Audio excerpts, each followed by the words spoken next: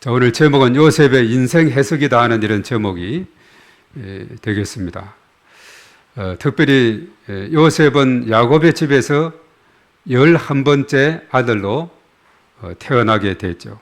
그 동생 이제 베냐민까지 야곱의 12아들이 있게 되는데, 특별히 요셉은 야곱이가 노년에 얻은 아들, 그리고 사랑하는 라헬로부터 얻은 아들이기 때문에 특별히 사랑하고 아꼈다 이렇게 표현하고 있죠. 그래서 이제 다른 형제들과 달리 그를 차별한 것은 뭐냐? 색동옷을 입혔다 이렇게 말합니다. 다른 형제들은 그냥 있는 그대로 그냥 입혔는데 색동옷 얼마나 참 아름답고 보기 좋은 옷입니까? 탁 눈에 튀는 이런 옷을 요셉에게만 입히게 돼요. 그래서 이런 요셉에 대해서 형들은 어떤 마음을 가졌느냐? 미워하는 마음을 가졌다라고 말하고 있죠. 그래서 이제 형들은 요셉을 미워하게 됐어요. 아버지의 사랑을 독차지 받고 또 이렇게 옷까지 색동옷을 입혀주니까 괜히 미운 겁니다. 자, 거기다가 형들의 마음에 불을 질른 또 다른 이야기가 있는데 이것은 뭐냐면 요셉이가 꿈을 꾸었는데 들에서 형님들의 벳단이 내 벳단을 향해서 다 절하듭니다. 또 한 번 꿈을 꾸세요. 해와 달과 11별이 또 나에게 절을 하더이다. 자, 이러니까 요셉의 형들은 기분이 나빴어요. 그럼 우리가 너에게 엎드려 절한다는 말인가? 사실 이제 결과적으로 보면 오늘이 본문도 그렇습니다만은 이제 요셉 앞에서 벌벌 떨고 있죠. 막 꿈인가 생신가 그냥 긴장되는 그런 순간들이 한참 시간이 지나서 일어나게 되는데 이런 미래에 대한 그런 상황에서 형들은 도저히 용납하지 못하고 오히려 요셉을 시기하게 됐다. 그런데 야곱은 그 꿈 이야기를 들었을 때 마음이 염두에 두었다. 이런 이야기가 있게 되죠. 그래서 형들의 마음속에는 요셉에 대해서 떠오르는 이미지, 미움과 시기심이 그 마음에 자리를 잡게 되었어요. 자, 그런 와중에 있을 때 요셉이가 이제 아버지의 심부름차 이제 형들이 양을 치는 그 자리에 가게 돼요. 세겜으로 가서 형들이 잘 있는지 양들을 잘 치고 있는지 보고 나에게 와서 보고를 하라. 자, 이렇게 하게 되는 겁니다. 그래서 요셉이가 머나 민기를 떠나게 됐어요. 세겜으로 가게 됐어요. 그때 나이가 17살이었습니다. 세겜에 가니까 형들이 안 보이는 거예요. 사람들에게 물으니까 저 도단으로 양떼를 몰고 가는 거 봤다 해서 도단 땅에 가서 또 거기까지 요셉이 가게 되죠. 자, 거기에서 형들을 만나게 됩니다. 먼 길을 찾아온 동생에 대해서 형들은 어떤 마음을 가졌을까요? 아이고 수고했다. 여기까지 어떻게 여기까지 오게 됐느냐. 이렇게 한 것이 아니라 요셉을 보자마자 형들이 뭐라고 했느냐. 저 꿈꾸는 자가 온다. 꿈꾸는 자가 온다 하면서 모두가 다 일제히 요셉을 향해서 주시하면서 저놈을 이제 죽여버려야 되겠다 하는 이런 마음을 가지게 돼요. 왜냐하면 미움과 시기심이 형들의 마음속에 각 잡고 있기 때문에 요셉에 대해서 반갑기보다는 죽이려고 이렇게 생각을 하게 된 거죠. 그래서 나중에 이제 구덩이에 던져지고 또 나중에 결과적으로는 유다의 제안에 의해서 저 애굽 땅으로 가는 미디안 상인들에게 팔자. 내 동생을 죽인들 무슨 의미가 있겠느냐. 그냥 노예로 팔아버리자 해가지고 은 20에 그 당시 거래가가 한 30 정도 되는데 더 싸게 그냥 넘긴 겁니다. 그래서 요셉은 이제 노예로 팔리게 된 거죠.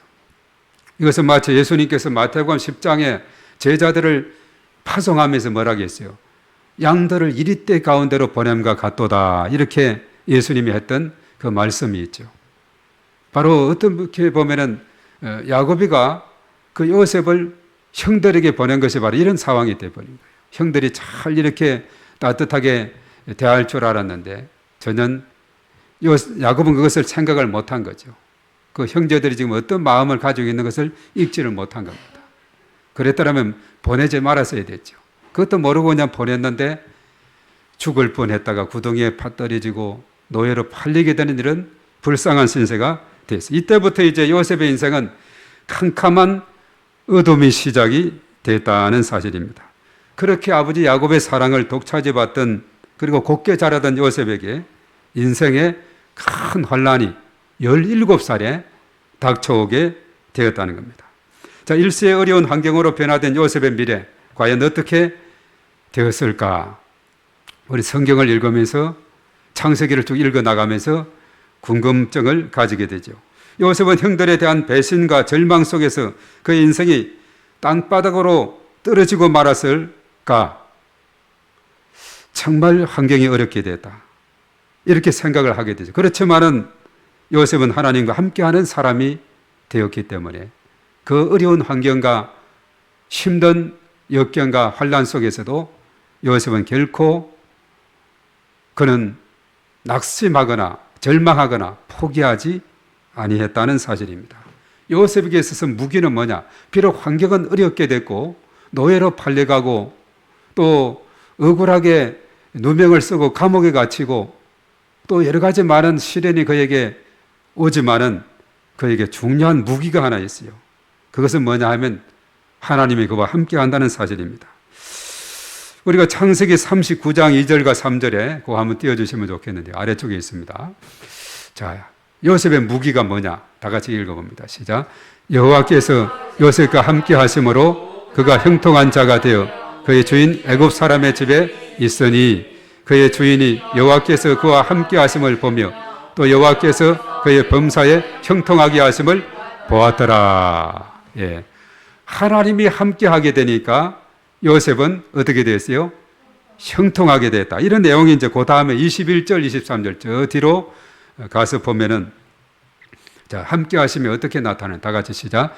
여호와께서 요셉과 함께 하시고 그에게 인자를 더하사 간수장에게 은혜를 받게 하시매 간수장이 옥중 제소를 다 요셉의 손에 맡김으로 그 재반 사물을 요셉이 처리하고 간수장은 그의 손에 맡긴 것을 무엇이든지 살펴보지 아니하였으니 이는 여호와께서 요셉과 함께 하심이라 여호와께서 그를 범사에 형통하게 하셨더라. 예. 여호와께서 요셉과 함께 하니 이게 범사에 형통하게 되는 거예요. 보디발의 집에 있으니까 보디발도 다 그의 재산을 다 맡기게 돼요. 왜냐하면 요셉이 맡으면 더 복을 더 많이 받게 되거든요. 또 누명을 쓰고 이제 감옥에 들어갔어요. 간수장이 볼 때도 야, 요셉은 하나님과 함께함으로 하는 일마다 뭔가 척척 잘 되고 형통하게 된다. 재반 사물을 다 맡기고 아예 그들도 보지를 않아요. 다 믿고 그냥 전적으로 맡겨버립니다. 얼마나 참 놀라운 일이 벌어지게 됐어요. 노예로 팔려가고 감옥에 억울하게 갇히게 되고 그런 가운데서도 가는 곳곳마다 하나님이 함께하기 때문에 요셉의 삶은 형통한 자가 됐다. 그래서 인생에서 중요한 것은 환경이 아니라 하나님이 함께하느냐 그 여부가 중요한 줄로 믿습니다. 지금 요셉의 상황은 정말 그렇게 아버지의 사랑을 독차지받고 색동옷 특별히 입히고 정말 이렇게 애지중지 그 품 안에 있다가 지금 어떤 상황이에요? 형들에서 무참히 그냥 노예로 팔려지고 또 노예 생활하다가 누명 쓰고 감옥에 갇히는 이런 인생의 가장 밑바닥에까지 가는 요셉의 상황을 보게 되는데 그 가운데서도 결코 낙심하거나 절망하거나 포기하지 않습니다. 그는 언제나 자기에게 맡겨진 그 자리에서 최선을 다하며 기쁨과 정성으로 다하는 요셉의 모습을 보게 됩니다. 왜냐하면 하나님이 함께 했고 또 그가 하는 일마다 형통하게 되어서 보딜발로부터 간수장으로부터 다 인정을 받는 이러한 모습을 우리가 보게 됩니다. 그래서 사실은 이제 하나님께서 요셉을 가는 곳곳마다 환경은 비록 어려운 환경이지만은 함께함으로 은혜를 있게 하시고 형통하게 하셨어요. 자, 감옥에 있는 동안에 어떤 일이 벌어지게 됐느냐? 감옥에 있다 보니까 왕에게 뭔가 잘못해서 감옥에 들어온 두 관원이 있었어요. 한 사람은 떡 굽는 관원장, 한 사람은 술 맡은 관원장이었어요. 이들이 어느 날 갑자기 꿈을 꾸는데 이게 뭔가 징조가 있을 것 같은데 해석을 못하는 거예요. 그때 요셉이가 해석을 해주었죠. 술 맡은 관원장, 떡 굽는 관원 3일 후에 술 맡은 관원장은 복직하고 떡 굽는 관원장은 처형을 당할 것이다. 그 꿈대로 그대로 되었어요. 이제 희망은 어디 있느냐? 술 맡은 관원장에게 있는 거예요. 복직하게 되니까. 그래서 바로 왕에게 언제나 날마다 얼굴을 맞대는 가까이 하게 되는 그런 상황이니까 왕에게 이야기할 수 있는 좋은 기회가 있지 않습니까? 이제 복직하면은 제발 저를 생각해 주십시오. 저는 어떤 죄가 있어서 감옥에 갇힌 거 아닙니다. 그렇죠. 간혹 유치장이나 이 감옥에 가서 제수들이 예배 가서 또 이야기도 해보고 하면 하소연을 해요. 나 죄가 없는데 억울하게 갇혔다고 막 좀 뭐 이야기 좀 해달라 그러면 여러 가지 이런 이야기들을 많이 듣게 돼요. 유치장에 오랫동안 또 서울구치소도 가서 이렇게 예배를 드려보고 이렇게 제수들 이야기해 보지만 내가 잘못해서 왔다는 사람은 많이 없어요. 억울하게 이렇게 왔다 이렇게 이야기들 많이 하는 것을 보게 됩니다. 어떻게 보면 사실 요셉의 이야기도 우리가 잘 알지만은 요셉이가 얼마나 참 성실하게 자기에게 맡긴 일을 착착하는 사람이었습니까? 그렇죠. 그래서 술 맡은 관원장에게 부탁을 했습니다. 그렇지만 관원장은 복직을 했는데 그때부터 요셉에 대해서 까마득히 잊어버릴 겁니다.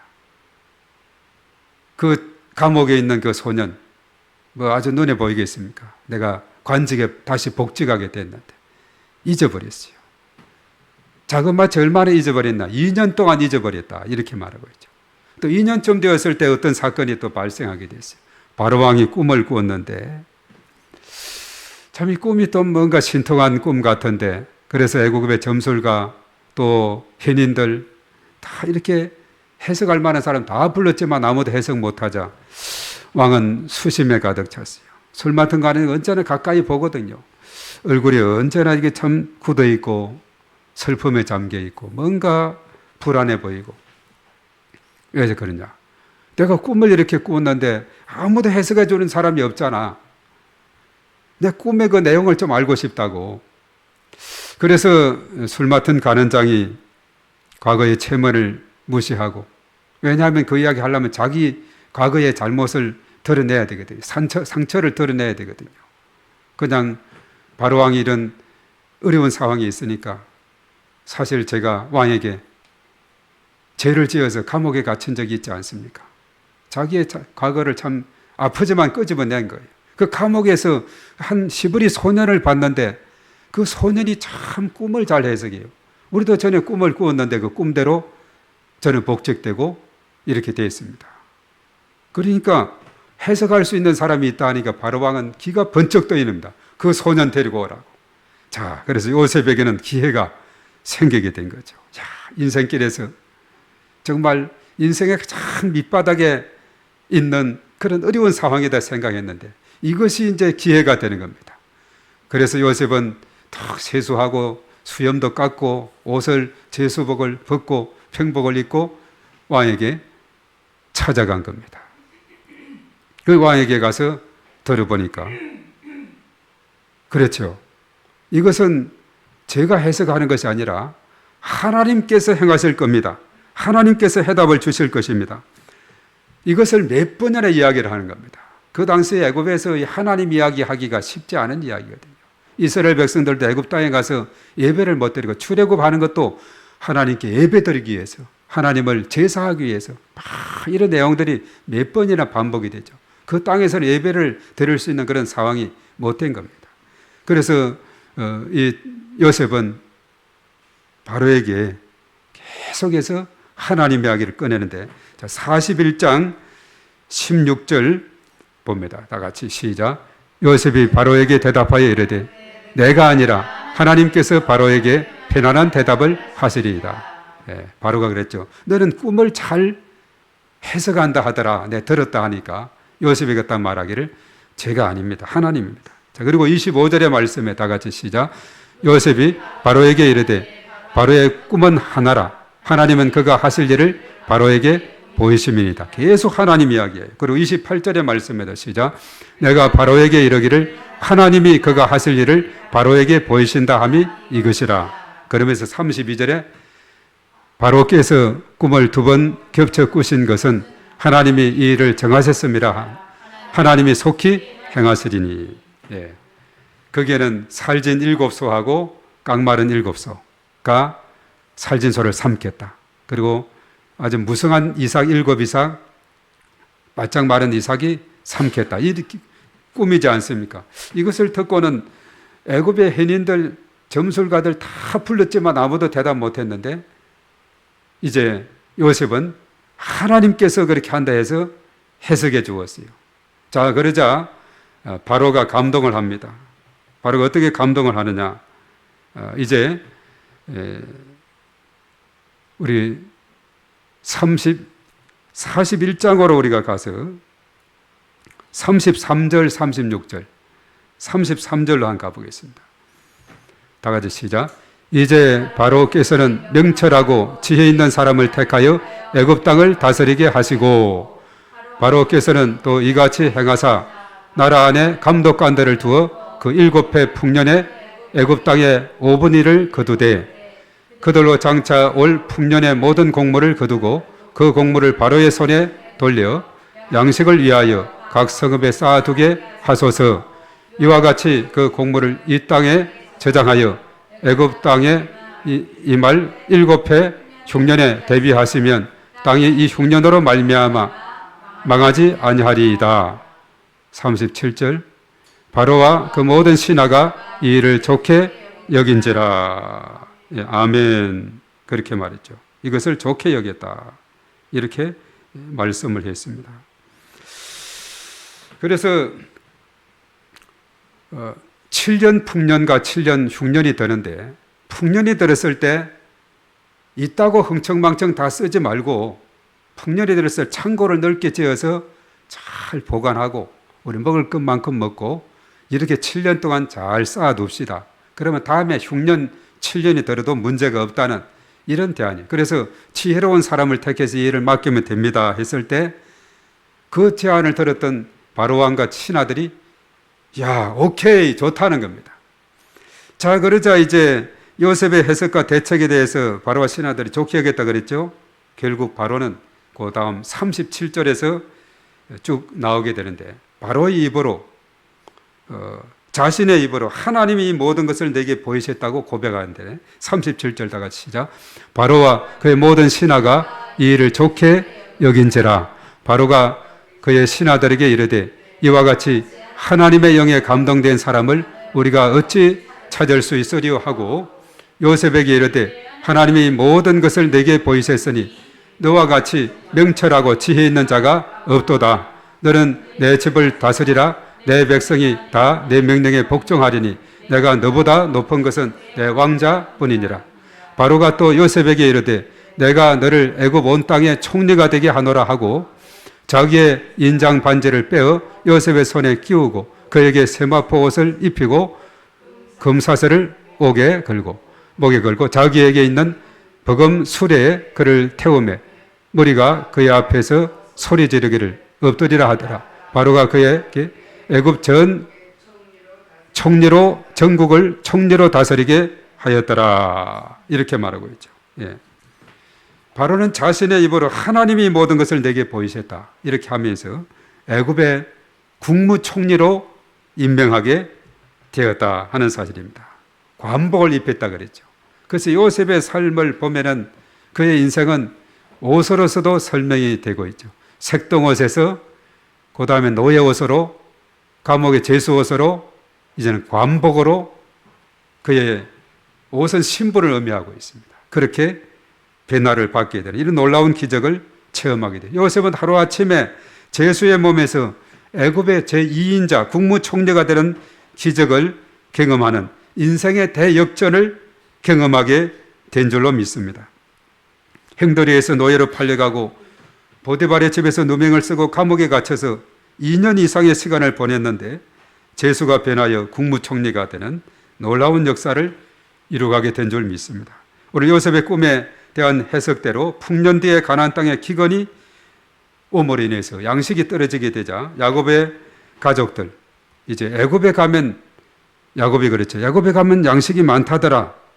이 정보만 들었어요. 그 관리하는 사람이 요셉인 것은 모르고, 그래서 아들들에게 애굽에 가서 양식을 사오도록 부탁을 해서 이제 요셉의 베냐민은 남겨두고 형들 10명이 갔지만은 나중에 그랬죠. 막내도 데려오라. 베냐민까지 나중에 또 가게 됐죠. 결국 요셉은 자신을 형들에게 알리는 내용이 오늘 읽은 본문의 말씀이에요. 처음에 가서 곡식 사다 가고 또 가고, 이제 동생 베냐민 있느냐, 또 어르신은 살아 계시냐, 막 이렇게 자꾸 안부를 묻죠. 그래도 그 형들은 모르는 거예요. 워낙 높으신 분이라 감히 얼굴을 들 수가 없는 거예요. 엎드려서 그냥 이렇게 이야기하다 보니까 요셉을 알아보지 못한 거죠. 또 요셉은 또 즉각 자기를 밝히지 않다가 이제 드디어 오늘 이 본문의 말씀에 45장에 와서 이제 요셉이가 이실직고합니다. 오늘 특별히 오늘 1절과 2절의 말씀에 보면은 이 본문의 말씀으로 돌아와서 보면은 요셉이 형들에게 자신의 정체를 밝힐 때 요셉의 마음의 상태가 어떠했는가 하는 것을 우리가 오늘 1절과 2절에서 잘 알게 되는데 한번 1절 봅니다. 시작. 요셉이 시종하는 자들 앞에서 그 정을 억제하지 못하여 소리질러 모든 사람을 자기에게서 물러가라 하고 그 형제들에게 자기를 알리니 그때 그와 함께한 다른 사람이 없었더라. 정을 억제하지 못하고 2절에 요셉이 큰 소리로 우니 애굽 사람에게 들리며 바골의 궁중에 들리더라. 그 정을 억제하지 못하고 이때까지 참고 참았어요. 그러면서 이제 자신을 이제 정체성을 드러내고자 할 때 정말 정을 억제하지 못하고 큰 소리 울음이, 우리가 사실 보면 이산가족 찾기 옛날 그 영상을 보면 간혹 요즘도 띄워주고 있죠. 막 오빠 막 맞다 하면서 그냥 이래 하면서 막 얼싸안고 그냥 눈물 흘리고 이런 장면도 우리가 보게 되는데, 어떻게 보면은 요셉도 그동안에 이렇게 정을 억제하고 이렇게 해서 곡식을 팔고 했지만은 꽉 참았는데 이제는 그냥 북받쳐 올라와 가지고 더 이상 참지를 못하고 막 우는, 사람이 너무나 기쁠 때도 이렇게 감격의 눈물을 흘리게 되는 것이죠. 그래서 오늘 이제 3절에 보면은 요셉은 자신을 형들에게 어떻게 소개를 하느냐, 소개를 합니다. 다 같이 시작. 요셉이 그 형들에게 이르되 나는 요셉이라. 내 아버지께서 아직 살아계시나이까. 형들이 그 앞에서 놀라며 대답하지 못했다. 요셉이다 하니까 그냥 깜짝 놀라는 겁니다. 예? 고개를 이제 들었겠죠. 요셉이다 그러니까. 자, 그런데 그 다음에 이제 5절 말씀에 한번 보세요. 뭐라고 했느냐. 자, 다 같이 시작. 당신들이 나를 이곳에 팔았다고 해서 근심하지 마소서, 한탄하지 마소서. 하나님이 생명을 구원하시려고 나를 당신들보다 먼저 보내셨나이다. 이것은 유한의 말씀입니다. 그 앞에 4절의 말씀을 보겠어요. 난 요셉이다 하면서 뭐라고 소개했느냐. 다 같이 시작. 요셉이 형들에게 이르되 내게로 가까이 오소서. 그들이 가까이 가니 이르되 나는 당신들의 아우 요셉이니. 그까지는 좋았는데 당신들이 애굽의 판자라. 형들이 가슴이 콱 찔리는 겁니다. 요셉이니. 요셉이라 했을 때는 막 가까이 가서 눈을 들어보고 이렇게 확인하고 했는데 당신이 애굽의 판자라 하니까 가슴이 뜨끔하는 겁니다. 그런데 그 다음에 바로 좀 전에 읽은 대로 걱정하지 말아요. 이 모든 것은 하나님께서 행하셨습니다. 하나님께서 행하신 일입니다. 근심하지 마시고 한탄하지 마십시오. 하나님 우리 생명을 구원하시려고 당신들보다 먼저 나를 이 애굽 땅으로 보냈습니다. 아직도 형들은 어리둥절, 이 무슨 말인지 그냥 감이 잡히지 않는 거예요. 그저 그냥 마음이 찔렸다가 또 괜찮다 그러니까 또 마음이 놓였다가 막 콩당콩당 이런 상황이 됐죠. 그래서 요셉은 자신이 애굽으로 오게 된 그 이유를 쭉 이렇게 이제 말씀을 하고 있죠. 7절에 애굽으로 이렇게 오게 된 그것이, 자, 다 같이 하나님이 큰 구원으로 당신들의 생명을 보존하고 당신들의 후손을 세상에 두시려고 나를 당신들보다 먼저 보내셨나이다. 하나님께서 이렇게 보내셨다. 하나님 중심의 인생 해석을 하게 된 겁니다. 그리고 나를 이렇게 보내서 참 했는데, 그리고 결과적으로 8절에 어떻게 했느냐. 그 다음에 시작. 그런즉 나를 이리로 보낸 일은 당신들이 아니요 하나님이시라. 하나님이 나를 바로에게 아버지로 삼으시고 그 온 집에 주로 삼으시며 애굽 온 땅의 통치자로 삼으셨나이다. 지금 형들은 지금 감히 지금 상황이 지금 꿈인지 생신지 그냥 어리둥절한 겁니다.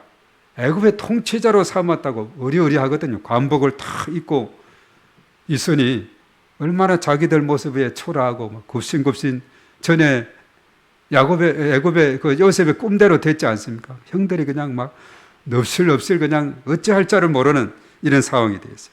그건 하나님이 하신 겁니다.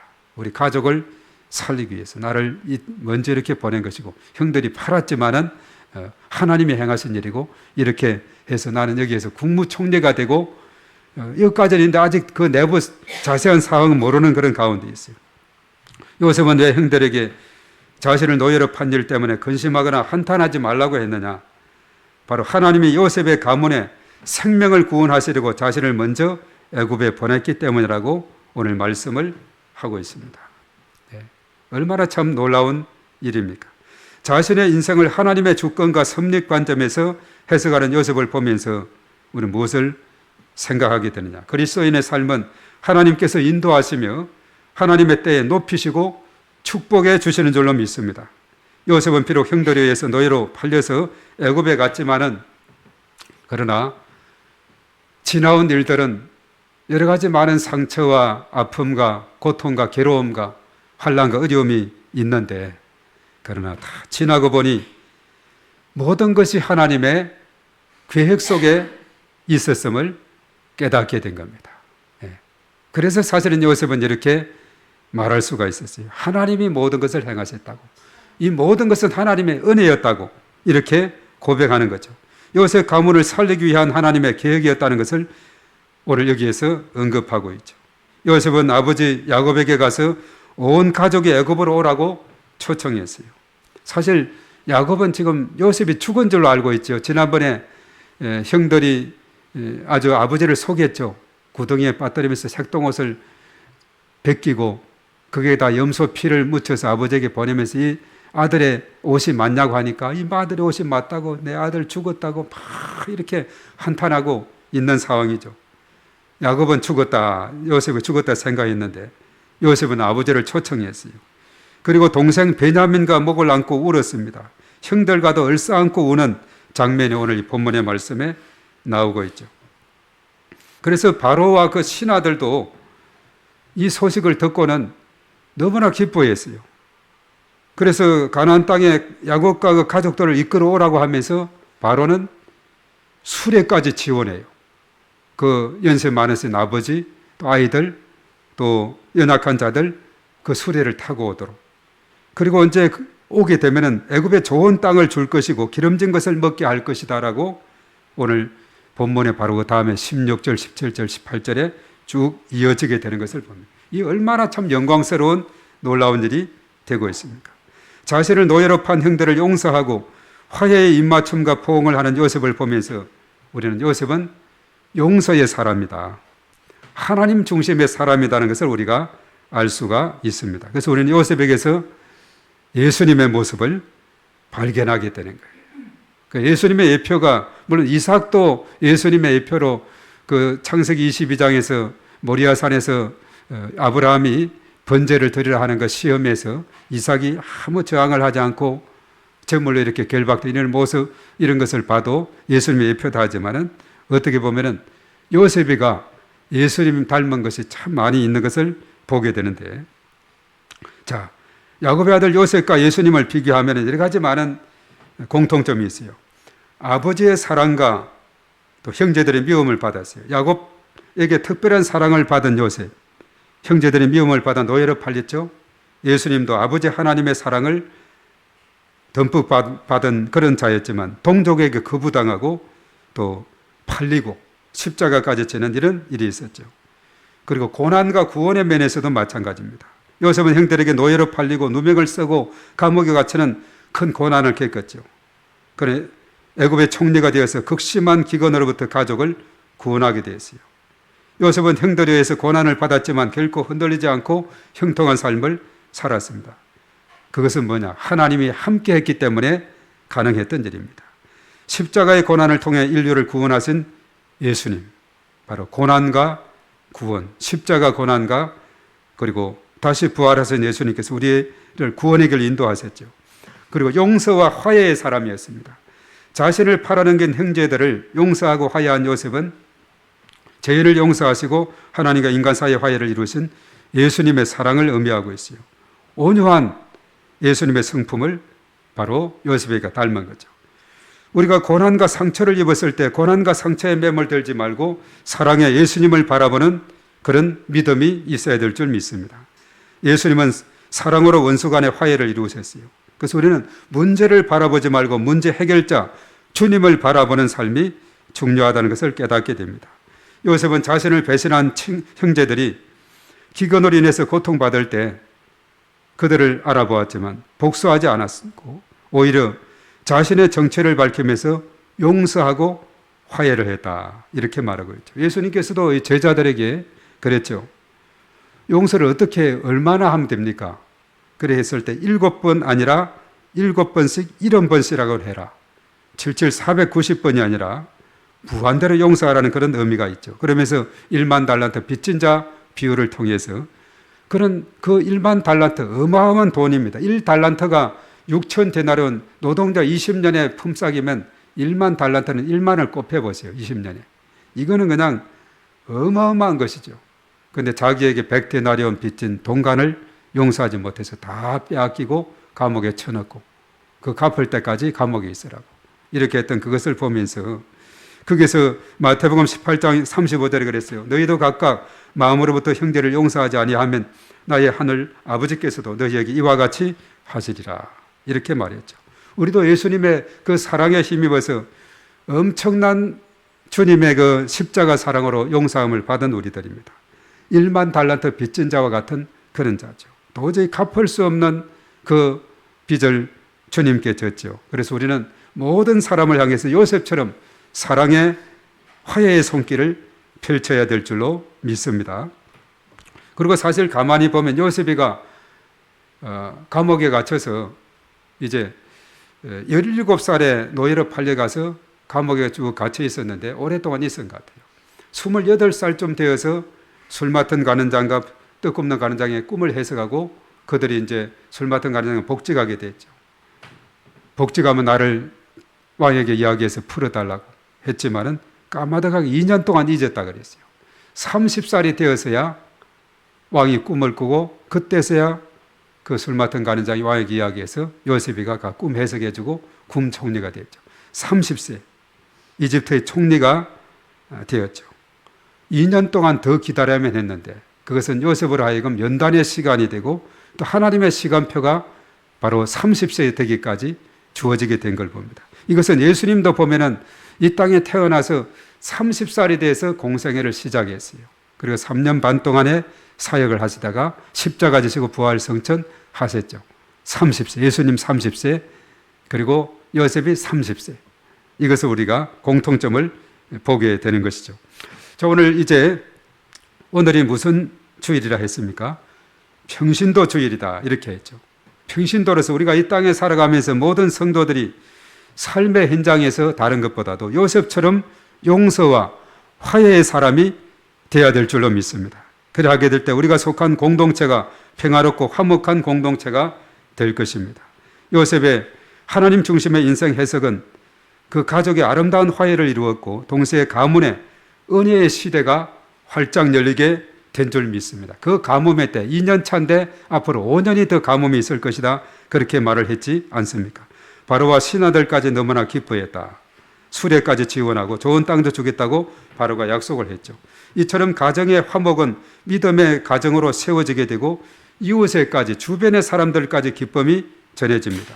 이웃을 주님께 인도하는 가장 좋은 방법 그것이 뭐겠습니까? 우리 가족이 서로 화목하고 사랑하며 사는 삶이 이웃에 비춰지게 될 때 우리도 여러분이 다니는 교회를 가고 싶습니다. 이렇게 말할 것입니다. 우리 가정도 요셉처럼 하나님과 동행함으로 형통함을 누리는 그런 복된 삶을 우리가 살아야 되겠습니다. 이제 마지막으로 두 구절을 찾아보고 마치고자 하는데요. 자, 하나님과 함께하는 사람은 하나님이 붙들어 주시기 때문에 형통해요. 이사야 41장 10절의 말씀에 다 같이 시작. 두려워하지 말라. 내가 너와 함께 함이라. 놀라지 말라. 나는 내 하나님이 됨이라. 내가 너를 굳세게 하리라. 참으로 너를 도와주리라. 참으로 나의 의로운 오른손으로 너를 붙들리라. 그리고 선한 일로 인도하십니다. 로마서 8장 28절을 마지막으로 봅니다. 롬팔 28이다. 참 로마서 8장은 너무나 유명한 장이죠. 우리가 가능하면 다 외우려 있습니다. 그 아래쪽에 있습니다. 그것도. 자, 로마서 8장 28 시작. 우리가 알거니와 하나님을 사랑하는 자 곧 그의 뜻대로 부르심을 입은 자들에게는 모든 것이 합력하여 선을 이루느니라. 아멘. 요셉에게 하는 말이에요. 모든 것이 합력해서 선을 이루는 삶이다. 이것이 바로 우리의 간정이요 우리의 신앙이 되어야 될 줄로 믿습니다. 그래서 나의 욕심과 자아, 상처까지 내려놓고 오직 하나님 중심의 삶을 통해 하나님의 뜻이 이 땅에 성취되도록 해야 됩니다. 그리고 항상 기뻐하며 기도하며 범사에 감사하는 삶, 이것이 하나님이 우리를 향한 뜻이라고 그렇게 말했죠. 그런 삶을 통해서 그리스도의 향기를 바라고, 그래서 가족 공동체, 직장 공동체, 교회 공동체가 웃음꽃이 피어나는 그런 아름다운 공동체가 되기를 바랍니다. 그래서 하나님의 은혜와 평강이 우리 모두에게 언제나 충만하게 하시기를 주님의 이름으로 축복합니다. 이 시간 우리 다 같이 이제 하나님 앞에 기도하면서 우리에게 향하신 이 찬양을 우리가 하고 하나님 앞에 간절히 기도하며 나가겠습니다.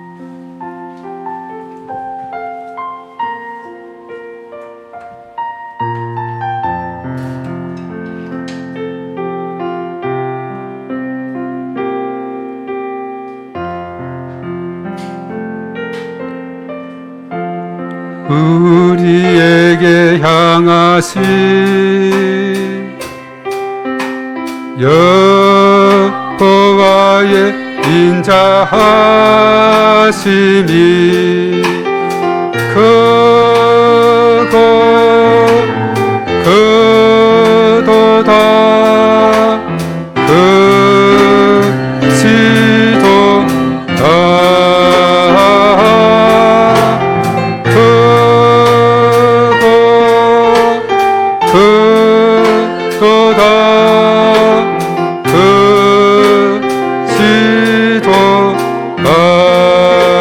우리에게 향하신 여호와의 진실하심이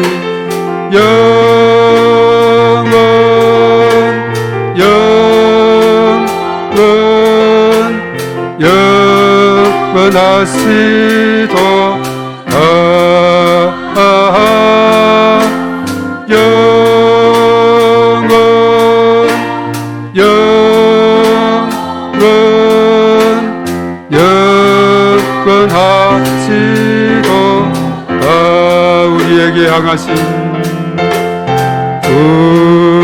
우리에게 향하신 여호와의 계획하신 여호와의 계획하심이 놀랍고 놀랍다. 놀라우시도다.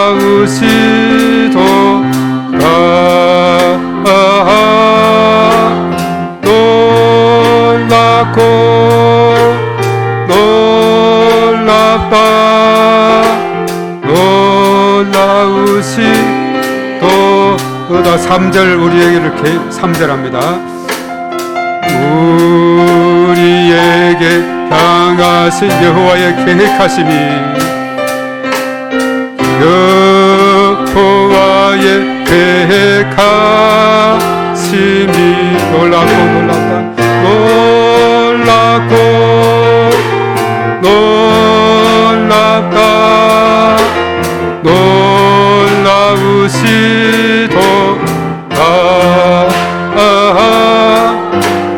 놀랍고 놀랍다. 놀라우시도다.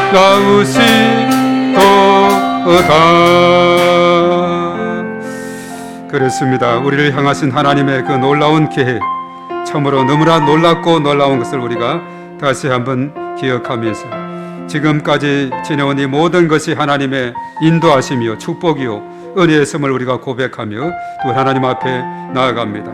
어떠한 환경보다도 하나님의 함께함이 이것이 형통함으로 나아가는 지름길인 것을 우리가 다시 한번 깨닫고 우리가 다 같이 주여하고 기도합니다. 주여 주여 주여. 거룩하신 하나님 아버지, 감사와 찬송과 영광을 올립니다. 오늘 요셉의 이야기를 통해서 참으로 우리는 놀라운 하나님의 그 사랑과 계획과 인도하심을 다시 한번 깨닫게 됩니다. 요셉이가 그렇게 아버지의 사랑을 독차지받고 또 이제 색동옷을 홀로 입히고 그리고 꿈 이야기를 통해서 형들의 마음을 참으로 아프게 했던 요셉이었는데 이것이 거짓이 아니었고 앞으로 있을 그 미래에 대한 일이었음을 우리가 다시 한번 깨닫게 됩니다. 그 일로 인해서 형들로부터 미움을 받고 정오로 팔림을 받고 또한 누명을 쓰고 감옥에 갇히는 이런 불행한 상황이 되었지만 요셉은 가는 곳곳마다 하나님이 그와 함께 하심으로 그의 모든 삶을 형통하게 하셔 주인 보디발로부터 인정을 받고 또 간수장에게 인정을 받고 또 바로왕에게 인정함을 받고 가는 곳곳마다 주변의 사람들을 기쁘게 하고 복받게 하고 더욱더 세워주고 형통하게 하는 이런 놀라운 일로 변화되게 된 그 요인이 어디 있습니까? 하나님이 함께 했기 때문에 가능한 줄로 믿습니다. 참으로 꿈을 해석하는 것도 자신의 힘이 아니라 하나님이 행하실 것이라고 바로왕 앞에서도 수차례 언급했습니다. 그런 거로 인해서 바로왕까지도 참으로 하나님이 행하셨음을 고백하며 요셉을 신뢰하고 그를 국무총리로 앉히는 이런 놀라운 역사, 그리고 그의 가족들 다 이렇게 애굽 땅으로 초청하며 수레까지 지원하면서 그리고 애굽 땅이 오면 좋은 땅을 고센 지역의 아름다운 그 기름진 땅을 그들에게 줄 것이라고 그렇게 약속까지 하면서 했던 이 모든 것이 어디에 있습니까? 요셉과 함께 하시는 하나님의 은혜인 줄로 믿습니다. 하나님이 행하셨습니다. 하나님이 행하시면은 얼마든지 이런 한 노예요 그리고 죄수였던 이 사람이었지만은 그의 삶의 인생길에 놀라운 인생의 대역전을 이렇게 하시는 하나님의 놀라운 사랑의 손길, 놀라운 계획을 우리가 다시 한번 깨닫게 됩니다. 참으로 요셉의 형들은 팔아서 마음에 찔렸지만 그러나 요셉은 그것을 하나님이 행하신 일이라고 다시 한번 해석을 했습니다.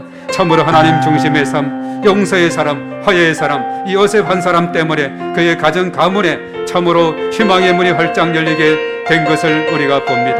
그렇지 않았다면 그 가나안 땅에서 혹독한 가뭄이 2년 차에도 너무나도 극심한 어려움 속에 있었는데 앞으로 5년 동안 어떻게 버텨낼 수가 있었겠습니까? 하나님께서 그들을 이제 나일강 하루에 아버지 고센 땅 그 기름진 땅에서 참으로 그 가뭄의 해를 잘 보내게 하시고 또 그곳에 내려가서 400년 동안 거하게 하면서 60만 장정과 수백만 명이 이제 출애굽의 그런 역사의 과정까지 이 모든 역사가 바로 창세기와 출애굽기로 이어지게 되는데 이 모든 것은 하나님의 놀라운 계획 속에 있었음을 우리가 깨닫고 우리의 인생 가운데서도 우리의 삶 가운데서도 하나님께서 언제나 동행하시고 함께 하시고 또 인도해 주시는 것을 우리가 믿습니다. 주님이 믿음으로 우리가 나아가게 하시고 요셉 같은 그런 믿음, 참으로 용서의 믿음, 화해의 믿음을 갖게 하심으로 나 한 사람 까닭에 주변의 많은 사람들이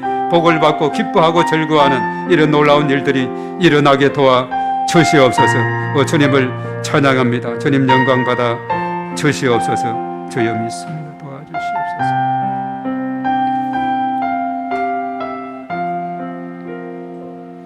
존귀하신 하나님 아버지 감사를 드립니다.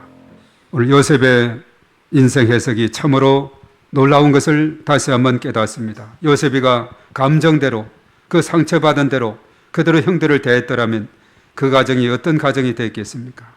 그가 그것을 다 용서하고 이것은 하나님께서 놀라운 계획 속에 있었고 우리 가족을 가문을 살리기 위한 길이었다고 오히려 걱정하지 마시고 근심하지 말라고 형님들과 그리고 조카들까지 모든 식구들을 다 배부르게 먹이겠다고 이렇게 했던 그 요셉은 하나님과 함께함이 그의 삶의 무기였습니다. 그러므로 인해서 가는 곳곳마다 형통하게 되고 인정받고 그를 통해서 오히려 이웃이 주변의 사람들이 기뻐하고 잘되고 축복을 받는 이런 놀라운 역사가 일어났습니다.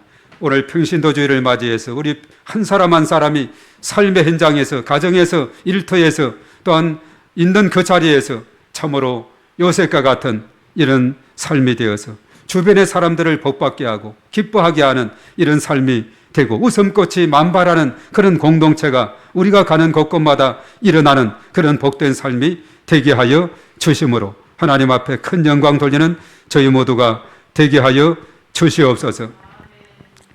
이제는 우리의 길과 진리와 생명이신 주 예수 그리스도의 은혜와 하나님 아버지의 극진하신 사랑하심과 보혜사 성령님의 내주하시고 인도 역사 충만 기름 부으심이 오늘 이 곳에 참여한 우리 모두에와 우리의 가정과 자녀생활, 직장, 사업장, 일터위에 몸된 교회와 이 나라 민족과 온 열방위에 이제와 영원토록 함께 하시옵기만을 간절히 축원하옵나이다. 아멘.